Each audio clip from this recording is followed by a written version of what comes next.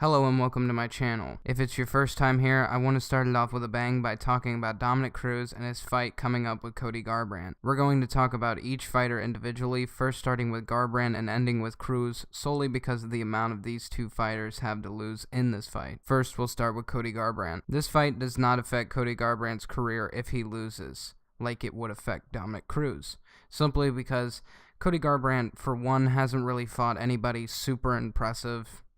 He got a title shot just by using the media, which he is totally allowed to do. Like, this is something that goes on in mixed martial arts, and Conor McGregor has really opened up that window for certain individuals. Cody Garbrandt has extremely good hand speed and ultimate knockout power at 135 pounds. He is unlike anybody in the 135 pound division just because of how strong his right hand is, and he's also got a pretty decent right hand jab along with a left hand counter.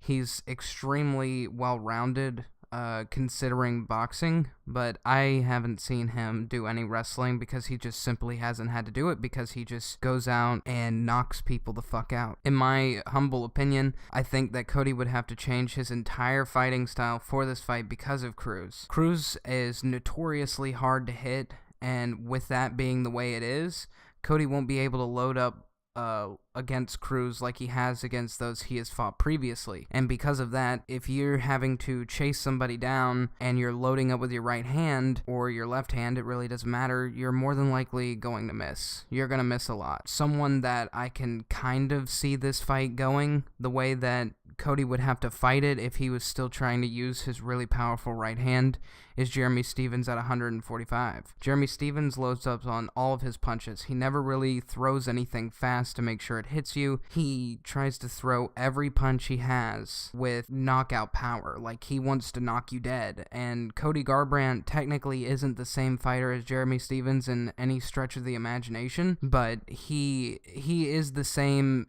in the way that they have knockout power that is really good for their divisions. And Dominic Cruz will definitely train alongside Jeremy Stephens during this fight.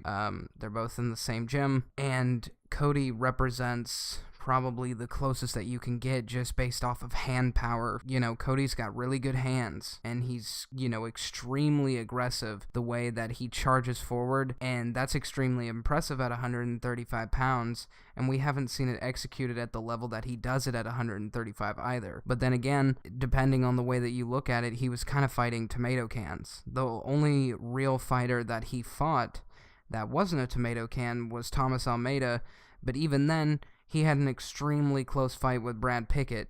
If it wasn't for the hellacious knee that he landed on Brad Pickett, he probably maybe could have gotten knocked out because it was so back and forth, which is a fight that people have kind of forgotten about.